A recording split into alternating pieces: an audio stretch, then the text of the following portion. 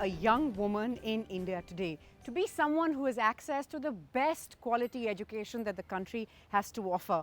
What are the kind of choices that our young women are making? What is the road ahead like, even as we look at the state of women in the country? In the glass certainly half full for many, even if the challenges ahead are plenty. That's what we're looking at today in a freewheeling conversation with some of India's brightest minds at the prestigious Miranda House College here in New Delhi, with a bunch of students who've sort of been braving the heat and spending some time waiting for us. So thanks all so much for taking out time to be with us. Also the faculty with us, and also very honored to have the principal of Miranda House, Dr. Pratibha Jolly, joining us. Thanks so much, ma'am, for taking out time for us today. Let me start by asking you, when you chose the course that you did, the college that you did, what all were the kind of things that were playing on your mind? I am from a school it was a girls' school. Right. So I wanted to join a college which is also a girls' college. So Miranda House is the best option that I could get. That's interesting, because actually the last college that we were, all those who were from who were from a girls' school background had said that we wanted to therefore go to a co-ed college. But I guess that, the opinions mixed. What about you? My parents wanted me to get into engineering, so it was hard to convince them. Right. But I had applied for DU, and then as the cutoff came out, I took admission. Ma'am, our education system is one that's become so much, there's been, just a spotlight has been on our system, on one which sort of says, either you're now 100% or nothing. In this kind of a scenario, what would you say to all those who sort of are hungry for a good education? They want to go, but are unfortunately sometimes let down by those few bad days which sort of make a difference to their lives. Yeah, it's actually quite heart-rending that marks is the criteria for getting into institutions, and the best institutions have very, very high cutoff. You rightly said it's 100 on 100, Right. but that happens to be the only fair, transparent Absolutely. way by which you can, make admissions. Otherwise, it's just too much of nepotism. Right. I think that all-round development is extremely important.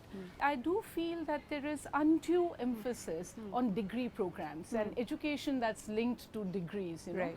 because, and like one of this, she just now said that her parents wanted her to do engineering, right. and there are just that many seats. What's important is what's the passion that a student has. Right, absolutely. And luckily, if you start looking at the workplace now, it's not your marks that are determining where There's you so are going much to else. Right. make good. I Right. mean, the opportunities are tremendous. Right. And opening up of the workspace, and I think a more coherent policy of looking for talent, Right. inherent talent, Right. looking at the portfolio of achievements rather than marks, Right. that needs to be emphasized. If I could just ask you, when you chose your course, how much of homework really went into it? I wanted to do fashion designing, but I I see. don't know how I landed up into economics honors. But Yeah. now I'm very proud that I'm a part of this course and a Right. college, because here the people are very, they have a very feminine force in them. Yeah. The girls are very passionate, so I like it. Right. And you know that after eco-honors, the world is still at your door. There's nothing stopping you from going back into fashion, going back into design. That's the nice thing about the space that we're in now, that there are no rules. No, ma'am, isn't that correct? You see people with such varied backgrounds ending up doing such diverse things. I mean, It's not this or that any longer. It is this and that that, and that. and that, right. And and you don't have to follow a very linear path. You can explore many options. right. That really is wonderful. I saw you, of course, in full agreement with her. Yeah. Add to that. Actually, I wanted to take up physics honors, and then I Oh, wow. ended up in mathematics honors. I see. And after exploring options in mathematics honors, I realized that how much one can do. And after studying this course, I realized that I actually had a passion for it. Right. I actually enjoy doing it. Right. So it's like it doesn't matter if you don't get the course of your choice. It doesn't matter if you don't get the college of your choice. How do you see, not just for Miranda, but as an institution, what do you believe? I think it's extremely important because we see our role as a predominantly undergraduate college as we're bridging to the workspace. So one hand, as part of beyond the classroom activities, we also work with schools to enrich the school education, to bring them in, at least have one day when the college becomes a children's university almost, and students, our students become mentors, you know, and they're as community engagement, working with those who are in, say, formal or a school or outside. But on the other hand, much more importantly, networking with the professional workspaces.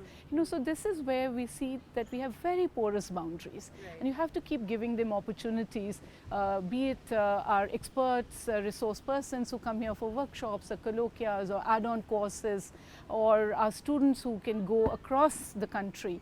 And you know, also it's not about just men or women. We are a women's institution because historically that's how we were, we came up. So we're too liberal to say that education has to be only for women or it has to be co-educational. So this is how we are. But for all programs, we do invite the very best from the best institutions. So, you know, the girls have an opportunity to network and compete. So they know that, you know, well, you're holding up half the sky, and it's not that, you know, that there is some ism that's going to bind you down. So there has been a time where these issues were really on the forefront, though women's security is still very high on the agenda.